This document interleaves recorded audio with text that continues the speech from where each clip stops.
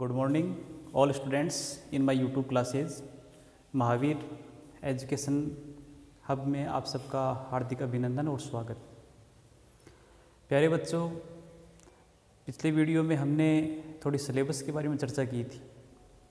कई विद्यार्थी सिलेबस को समझ करके या सिलेबस की क्लास समझ करके उसको उन्होंने रुचि से नहीं देखा, जो बहुत ही गलत बात है, क्योंकि टारगेट होना ज़रूरी है। कोई भी लक्ष्य या उसके अनुसार काम करने के लिए हमारे पास से सामने हमारा कार्य होना चाहिए कि कितना कार्य है, कितना हमारे पास समय है, उसके अनुसार हमें तैयारी करनी है या करनी चाहिए। तो सिलेबस ये बताता है कि साल भर में हमें क्या सीखना है, कौन सा टॉपिक कितने नंबर का सीखना है, कितना हमें समय देना है और कौन सा टॉपिक कितने वेटेज का है। इन सब बातों का ध्यान होना चाहिए। टेक्स्ट बुक है वो कितने नंबर की है, ग्रामर कितने नंबर की है, कंपोजिशन कितने नंबर का आएगा, ये सब कुछ पता होना चाहिए। इसके अनुसार अगर तैयारी करता है उसका रिजल्ट ज़्यादा बेस्ट रहता है। तो प्यारे विद्यार्थियों, मैंने सबसे पहले ग्रामर का पोर्शन लिया है। ये आपके सिलेबस में 15 नंबर का है। इस विशेष तौर से 10th क्लास की बात है। 9th और 11th में देखो बेटा, ये पार्ट्स ऑफ स्पीच है। जैसे 11th क्लास में है, ये 5 नंबर का टॉपिक आता है और 9th क्लास में पार्ट्स ऑफ स्पीच की जानकारी होना ज़रूरी है, इम्पोर्टेंट है ये। चाहे सिलेबस में ग्रामर के क्वेश्चन आए या ना आए, पार्ट्स ऑफ स्पीच से संबंधित प्रश्न आए या ना आए, लेकिन लैंग्वेज सीखने के लिए पार्ट्स ऑफ स्पीच से तैयार होना ज़रूरी है, आवश्यक है। तो कोई ये ना समझे कि ये हमारे कहाँ काम में आएगा, बिल्कुल न सोचे, क्योंकि लैंग्वेज का निर्माण होता है वो पार्ट्स ऑफ स्पीच से ही होता है, शब्दों से ही होता है। तो पार्ट्स ऑफ स्पीच संख्या में 8 होते हैं। इन सब के बारे में आपको पिछली वीडियो में बताया, आपने समझा होगा ये 8 कौन कौन से होते हैं, जिसमें एक बार मैं फिर रिपीट कर रहा हूँ। सबसे पहले नाउन है, फिर प्रोनाउन है, फिर वर्ब है, फिर एडजेक्टिव है, फिर एडवर्ब है, फिर प्रीपोजिशन है, उसके बाद में कंजक्शन है और इंटरजेक्शन है। इन सब से मिलकर, इनको सबको मिला करके ही एक लैंग्वेज या सेंटेंस का निर्माण होता है। तो चलो हम सबसे पहले पार्ट्स ऑफ स्पीच में नाउन पढ़ते हैं। आज नाउन क्या है? कई बच्चे दिमाग में आ रहा होगा कि ये नाउन यानी संज्ञा होता है। संज्ञा तो ये हम हिंदी में पढ़ी, हमने संस्कृत में पढ़ी, अब अंग्रेजी में क्या पढ़ना? बेटा ये चीज़ पार्ट्स ऑफ स्पीच है ना, ये कंपटीशन का टॉपिक है, ये नॉर्मल टॉपिक नहीं है। क्योंकि पार्ट्स ऑफ स्पीच के बिना हम किसी भाषा का निर्माण नहीं कर सकते। और आपको पता हो कि हम इनके बारे में जानते हैं, तो कभी महसूस करके देखना किसी वर्ड को। मैंने पिछली वीडियो में एग्जाम्पल भी दिए कि एक शब्द है ना अलग अलग जगह अलग अलग सेंटेंस में अलग अलग कार्य करता है। आपको पता होना चाहिए कि एक्चुअल में नाउन होता क्या है, प्रोनाउन होता क्या है, वर्ब क्या होता है, एडजेक्टिव क्या होता है। क्योंकि जैसे अंग्रेजी में क्या है कि एक शब्द है ना वो अनेक कार्य कर सकता है, अगर आप उसका यूज़ उसके अकॉर्डिंग कर रहे हो तो। जैसे मैं पिछली वीडियो में मैंने एक एग्जांपल दिया था, वाटर का एग्जांपल दिया था। वाटर मतलब पानी होता है, नाउन भी होता है, वर्ब पानी देना भी होता है, वाटर जल ये एडजेक्टिव का काम भी करता है। इसी प्रकार मैंने एक ऑल का एग्जांपल दिया था। ऑल है ना नाउन की जगह, प्रोनाउन की जगह, एडवर्ब, एडजेक्टिव सब की जगह काम में लिया जाता है। तो आपको ये पता होना चाहिए कि कौन सा वर्ड कहाँ काम में आता है। तो फिलहाल मैं आपको इस नाउन के बारे में बता रहा हूँ कि नाउन होता क्या है। देखिए, नाउन का मतलब बेटा संज्ञा होता है। डेफिनेशन या इसके इंट्रोडक्शन की बात करते हैं तो noun is the name. Noun एक नाम होता है। ऑफ ए पर्सन, किसी व्यक्ति का नाम होता है। थिंग, वस्तु का नाम होता है। एनिमल, जानवर का नाम होता है। प्लेस, किसी स्थान का नाम। क्वालिटी, बेटा इसमें एनिमल का नाम नहीं, एनिमल शब्द है ना ये भी अपने आप में नाउन है, क्योंकि ये कॉमन नाउन में आ जाता है। क्वालिटी गुण है, कंडीशन है, मतलब स्थिति या कंडीशन, हालात। एक्शन, कोई क्रियाकलाप, ये सब, इन सब को व्यक्त करने वाले जो शब्द होते हैं वो नाउन होते हैं। साधारण भाषा में मैं बात करूं तो noun is the naming word. Noun किसी का नाम होता है। डेफिनेशन में क्या है इसको भी नहीं समझा आपने, तो मैं सिंपल भाषा में बता रहा हूँ कि नाउन किसी का नाम होता है, चाहे किसी वस्तु का हो, किसी प्राणी, किसी जानवर, किसी स्थान, या फिर किसी गुण, किसी कंडीशन, किसी क्रियाकलाप का नाम नाउन कहलाता है। तो noun is the naming word. ठीक है, किसी का नाम, जैसे मेरा नाम सांवरमल कुमावत है, किसी का नाम राजेश है, किसी का नाम जैसे मान लो कि अमित है, किसी का नाम सुमित है, तो ये सब क्या है कि उनके अपने अपने नाम प्रॉपर नाउन हो गया। इसी प्रकार ये पास में जो कस्बा है इसका नाम किशनगढ़ ट्रेनवाल, हमारे गांव का नाम पचार है तो पचार नाउन हो गया। ठीक है, बड़ा जैसे सिटी है तो उसका नाम, जैसे हमारे पास में जयपुर है तो जयपुर नाउन हो गया। ठीक है, तो मतलब किसी का नाम है ना वो नाउन कहलाता है, याद रखें। ठीक है, जैसे ये पढ़ाने का ये मतलब जो रूम बन गया इसको हमने क्लासरूम नाम दे दिया, रूम भी अपने आप में नाउन है ना। जैसे मान लो कि ये चेयर है, ये जैसे मान लो कि विंडो है, ये ब्लैक बोर्ड है, ये सब कुछ क्या है, इनका नाम है, तो ये सब नाउन वर्ड है। तो मेरे हिसाब से आप नाउन समझ गए होंगे, नाउन किसी के नाम को नाउन कहा जाता है। देखिए बेटा कुछ हम एग्जाम्पल लेते हैं, जैसे Delhi is the capital of India, Delhi Bharat की राजधानी है। तो दिल्ली शब्द क्या है कि मतलब एक सिटी का नाम है, इस कारण से ये नाउन हो गया। इंडिया है, ये भी नाउन है, हमारी पूरी मतलब कंट्री का नाम इंडिया है। इसी प्रकार जैसे Ramesh is my elder brother, Ramesh मेरा बड़ा भाई है तो रमेश क्या है, नाउन है। इधर ब्रदर है, ये कॉमन नाउन हो गया। Dog is a pet animal, dog यानी कुत्ता पालतू जानवर होता है तो डॉग है, कॉमन नाउन आ गया। एनिमल है, कॉमन नाउन आ गया।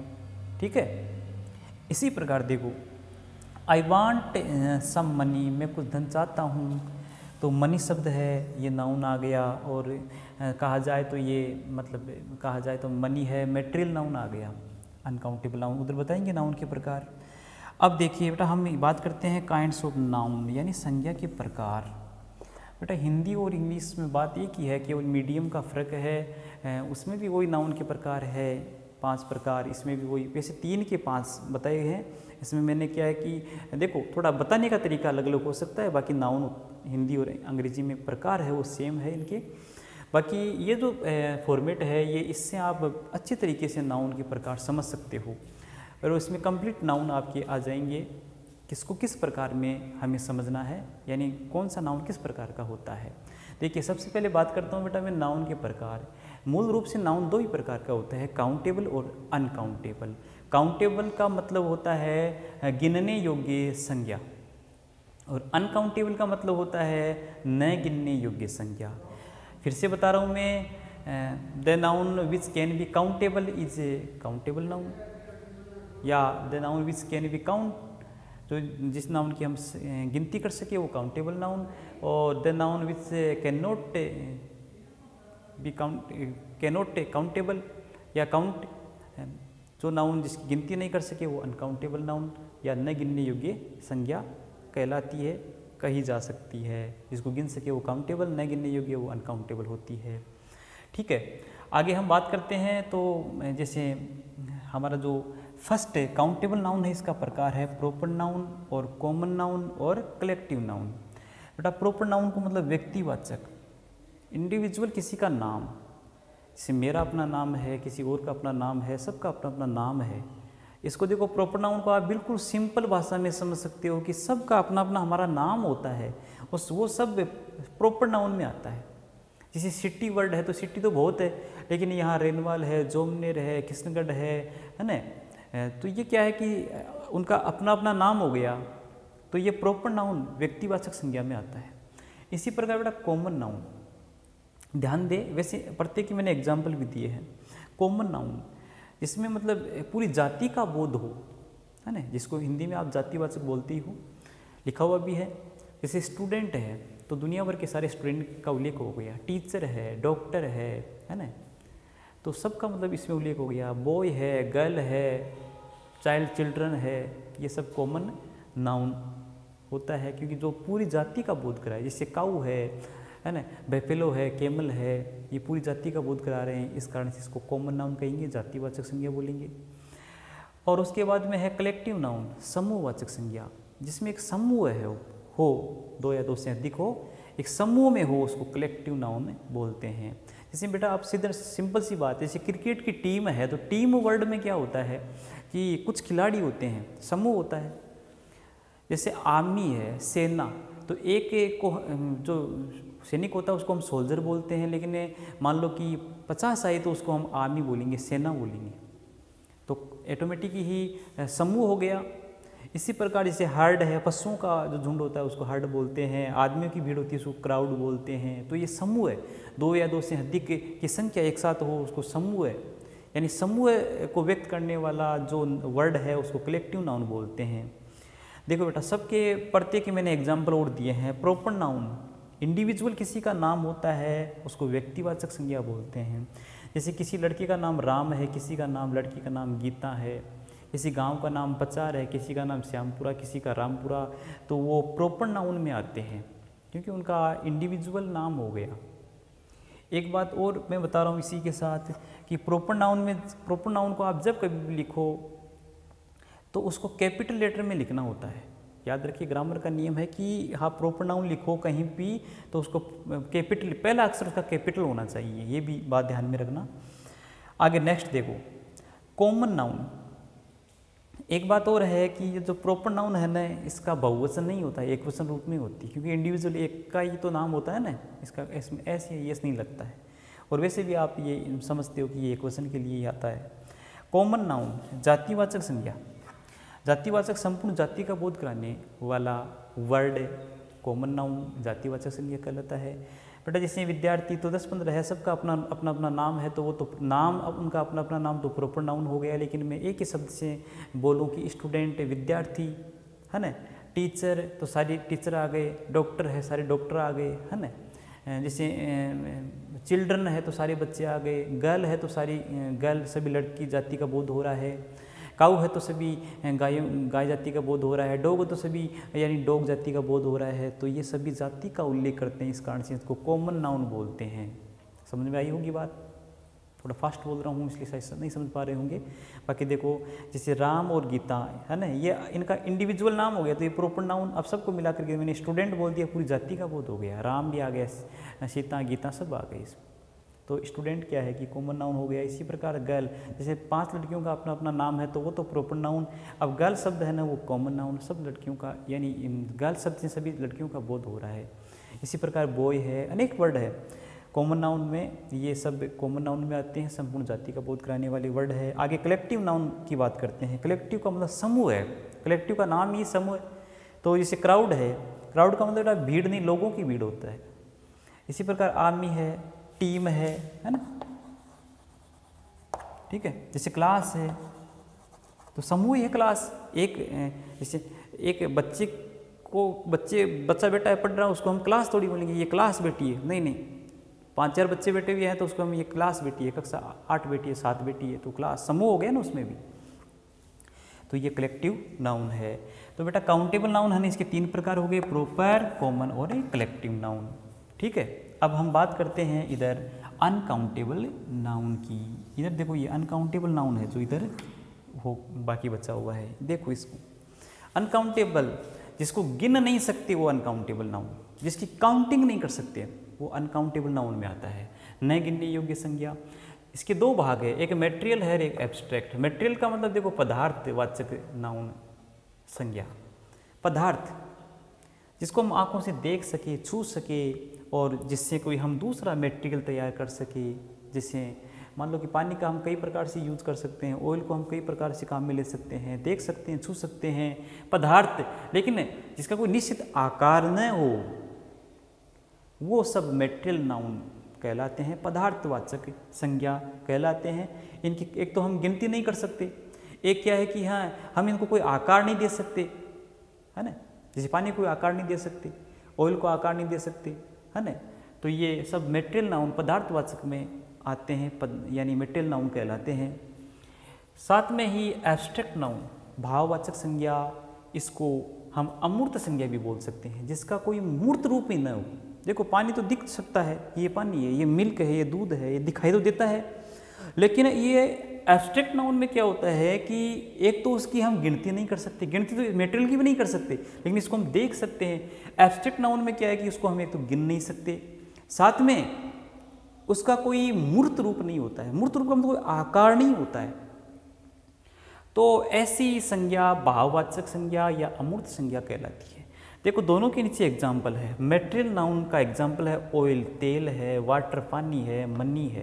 कहीं भी दिमाग में आ रहा है कि मनी को तो हम गिन सकते हैं। बेटा मनी का मतलब धन होता है, धन को हम काउंटिंग नहीं कर सकते कि ऐसे 1 2 3 4 ऐसे गिनती नहीं कर सकते। मान लो किसी के पास 5 किलो सोना है, तोल सकते हैं लेकिन गिनती नहीं कर सकते। तो मनी तो हुआ ना, किसी के पास 50 बीघा ज़मीन है, वो धन है उसका, उसकी हम गिनती नहीं कर सकते, तोल सकते हैं, काउंटिंग नहीं कर सकते। बात काउंटिंग की है। तो मनी शब्द है ना, ये मटेरियल नाउन ही है। हाँ, अगर रुपीज़ आ जाए तो फिर वो काउंटेबल में चला जाएगा। रुपीज़ को रुपये को गिन सकते हैं, 1 2 3 4 काउंटिंग कर सकते हैं, लेकिन मनी को नहीं गिन सकते। तो ये मटेरियल नाउन और अनकाउंटेबल का ही ये प्रकार है। तो पदार्थवाचक में ऑयल है, वाटर है, मनी है ना, और भी अनेक नाउन है जो मेटल नाउन है। एब्स्ट्रैक्ट नाउन में देखो 2 कंडीशन है, एक तो हम इसकी गिनती नहीं कर सकते, दूसरी इसका हम कोई रूप नहीं देख सकते, मूर्त रूप नहीं देख सकते। जैसे ऑनेस्टी, ईमानदारी है, बेईमानी है, अच्छाई है, बुराई है, क्या हम इनकी गिनती कर सकते हैं? क्या हम इनको देख सकते हैं कि देखो ये मेरे पास अच्छाई है, दिखाई देती है कहीं अच्छाई, महसूस किसी में हम महसूस कर सकते हैं, गुण है एक प्रकार से, है ना। बाकी हमें गिनती थोड़ी कर सकते हैं कि उसके पास 5 अच्छाई है, 2 अच्छाई है, 2 बुराई है, या हम आंखों से देख भी नहीं सकते।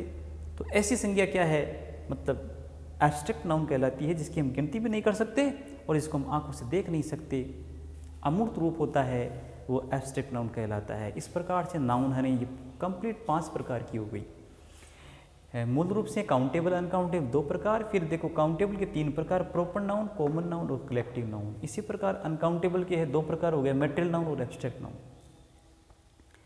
तो इस प्रकार ये नाउन, अब देखो दुनिया भर के जितने भी नाम है, नाम शब्द है, उनको आप रख सकते हो कि वो काउंटेबल में है या अनकाउंटेबल में है, प्रॉपर में है या कॉमन में है, कलेक्टिव में है, मटेरियल में है, एब्स्ट्रैक्ट में है। तो प्यारे बच्चों, मुझे आशा है कि आप सबके समझ में आई होगी कि नाउन क्या है। नाउन एक यानी नेमिंग वर्ड है, किसी के नाम को नाउन बोला जाता है, संज्ञा बोला जाता है। मूल रूप से ये 2 ही प्रकार की होती है, काउंटेबल और अनकाउंटेबल। फिर काउंटेबल है ना, ये 3 प्रकार की, प्रॉपर, कॉमन और कलेक्टिव। और फिर अनकाउंटेबल के 2 ही प्रकार है, मटेरियल और एब्स्ट्रैक्ट नाउन। अब आपका यानी असाइनमेंट या होमवर्क यही है कि आप इसको वीडियो को आपने अच्छी तरह सुना होगा। अब आप कोई भी नाम लो, किसी का मतलब नाम रिमाइंड करो और सोचो कि ये कौन सा नाउन हो सकता है। ठीक है, नाउन जानना ज़रूरी है, जो वाक्य में नाउन का काम करे, यानी उसको आपको समझना है और जहाँ आवश्यक पड़े तो वहाँ उसको आप महसूस करो। और देखो 11th क्लास में तो ये टॉपिक भी है, यानी पार्ट्स ऑफ स्पीच, कोई सेंटेंस दिया हुआ होता है, उसके नीचे अंडरलाइन किया हुआ होता है और उसके पार्ट्स ऑफ स्पीच यानी उसको यानी सेंटेंस में वो क्या काम कर रहा है उसके आधार पर उसका नामकरण करना होता है। ऐसा प्रश्न भी आता है। तो आप जहाँ कहीं भी सेंटेंस आए आपको अब पहचानना आपको मतलब आवश्यक है, या पहचानने के लिए पढ़ाया जा रहा है कि ये अमुक नाउन है और ये इस प्रकार का नाउन है। ठीक है, तो watching for me, thank you watching for me. आपने मेरे को अच्छी तरह सुना, यानी मेरे पढ़ाई हुई मैटर को अच्छी तरह सुना, इसके लिए आपको धन्यवाद। और आपने इसको समझा होगा, इसके लिए आपको धन्यवाद। ठीक है, ओके।